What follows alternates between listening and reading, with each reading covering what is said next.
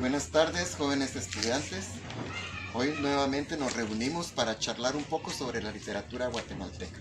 Recientemente terminamos el módulo de las raíces literarias en el país del Quetzal, la literatura en la época precolombina. Hoy arrancamos un nuevo módulo que es sobre la literatura en el antiguo reino de Guatemala, en la Capitanía General de Guatemala. Vamos a descubrir cómo era la cosmovisión de aquella época, qué era lo que pensaban, cómo escribían, qué era lo que sentían, cómo lo transmitían. Así es de que vamos a desempolvar esos libros y los invito para que se aventuren conmigo a recibir estas clases. Primero tenemos que tomar en cuenta las características de la época colonial para poder entender por qué escribían de una manera o de otra manera. Ustedes saben, varias veces se lo he dicho, que no podemos juzgar ni criticar con los ojos de hoy, 2020. Tenemos que retrotraernos hacia los siglos que estamos estudiando, qué era lo que pensaban las personas en aquella época. Entonces, las características de la época colonial, en primer lugar, se vivía un ambiente de mucha discriminación, de mucho empuje hacia nada más lo que eran los españoles, hacia los conquistadores, darles un lugar preferencial. Ellos eran los que tenían los privilegios, ellos eran los que tenían los derechos, y todas las demás personas, ya fueran criollos, fueran mestizos o fueran indígenas, definitivamente no tenían derecho a nada.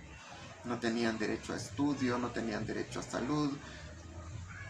Incluso dentro de la misma religión, había una iglesia solo para los españoles, o sea, un templo para los españoles y un templo para los indígenas. Y así era todo manejado discriminativamente. De tal cuenta que los escritos que nos han llegado eran de hijos de españoles nacidos aquí en Guatemala o propiamente españoles que vivían aquí, porque nativos no se les permitía tener al alcance de la pluma y escribir. Luego tenemos el control imperioso que tenía la Iglesia Católica sobre todo lo que se desarrollaba. Y cuando digo control imperioso, me refiero exactamente a lo que ustedes ya pensaron o se imaginaron, a la Inquisición.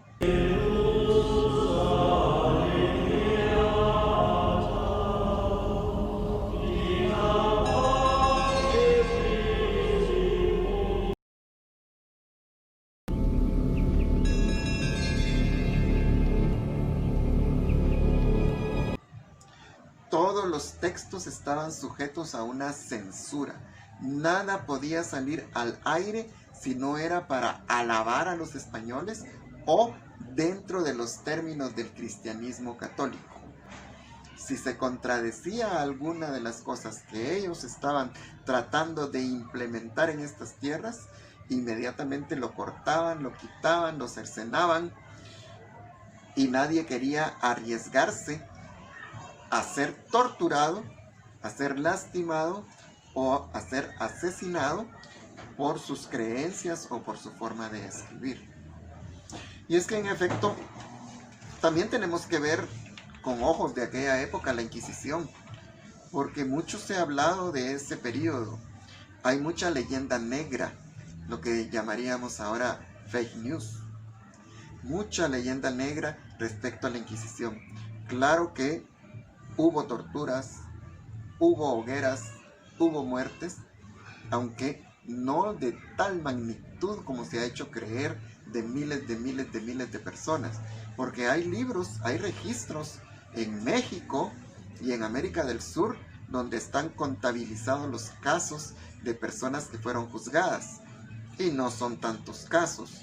Sí llegan a varios cientos o a varios miles, pero no aquellas millonadas que se ha hecho creer. pero sí existió y sí se dio. Incluso los propios religiosos, las propias monjas, se vieron perseguidas por la Inquisición por aquello que escribían. Ya lo vamos a ver más adelante cuando hablemos de Sor Juana de Maldonado, que es bien interesante porque los mexicanos tienen a Sor Juana Inés de la Cruz y nosotros los guatemaltecos tenemos a nuestra Sor Juana de Maldonado. Ambas mujeres muy inteligentes, muy hermosas por lo que se escribió sobre ellas y muy talentosas. Mujeres que les gustaba la música, que les gustaba la danza, que les gustaba el teatro y por ende les gustaba la literatura.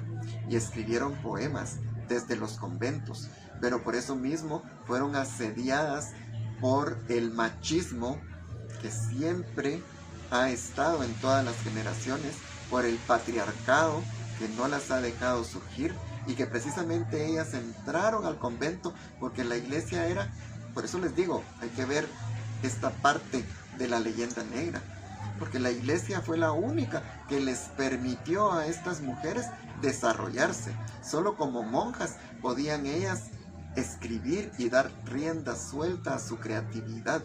Como mujeres simples de la sociedad, tenían que cocinar, trabajar en las cosas de la casa y no podían dedicarse a lo que los hombres se dedicaban, que eran las artes.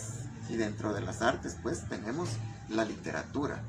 Entonces ya vemos varios aspectos sobre las características de esa época. Y el arte, definitivamente, el arte era importada, ¿verdad? Nada, no exportábamos nada, sino todo lo traíamos de la península ibérica para acá. La escultura, la pintura y la propia literatura.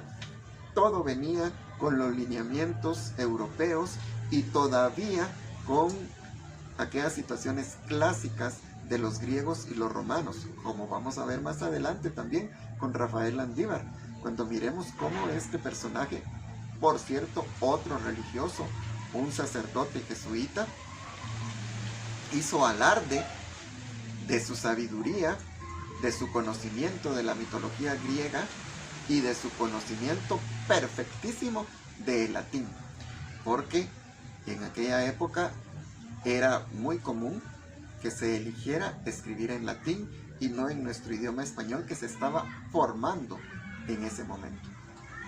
Bien, ahora vamos a comentar sobre las características de esos textos coloniales. En primer lugar, fueron escritos en un lenguaje muy incipiente, o sea, muy principiante, porque como comentamos anteriormente, el español se estaba formando, era un español romance, quiere decir que todavía estaba proveniendo del latín. A eso les hubiera gustado a ustedes bastante jóvenes porque no había una ortografía. Entonces lo mismo daba escribir con B que con V o doble S, etc. También tenemos que esos escritos, la mayoría fueron redactados en latín, porque esa era la lengua que hablaba la iglesia y esa era la lengua oficial del momento en forma universal, por lo menos de las colonias españolas. De ahí que nuestros literatos como Rafael Landívar hayan decidido escribir sus obras en latín. También tenemos que la literatura aparece pero en una forma muy utilitaria, muy didáctica. O sea que los escritores no estaban buscando la estética, sino que lo que querían dar a conocer era la historia o datos respecto a las situaciones de la colonia y de España y de América, pero no lo embellecían como fue hecho más tarde. Ya en el siglo XVIII, ahí ya empiezan los poetas a surgir y a escribir con elegancia y con belleza, pero anteriormente ese no era un valor que fuera importante para los textos coloniales. Y pues ideológicamente tenemos que esos documentos estaban sesgados hacia la postura de los españoles hacia la estirpe española, a ensalzar, a alabar a los españoles, a contar cómo estaban haciendo de bien las conquistas, cómo estaban haciendo de bien estas guerras aquí en estas tierras americanas y cómo los indígenas, los indios como ellos llamaban, no servían para nada, no conocían el trabajo, que eran haraganes, que apenas si se vestían o andaban semidesnudos. Imagínense ustedes que hasta llegó el momento en que ellos estaban pensando si los indios tenían alma o no tenían alma.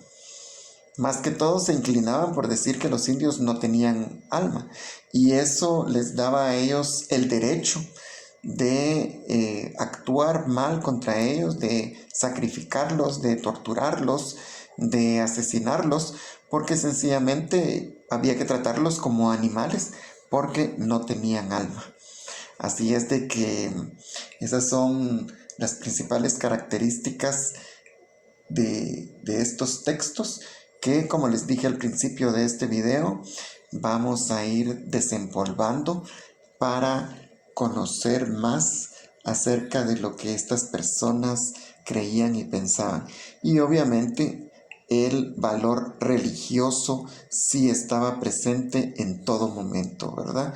Entonces, lo que más florecía eran las vidas de los santos, los calendarios con los días de los santos, imágenes de religiosos y de religiosas, en fin, ese era el sistema en la época colonial aquí en el antiguo reino de Guatemala.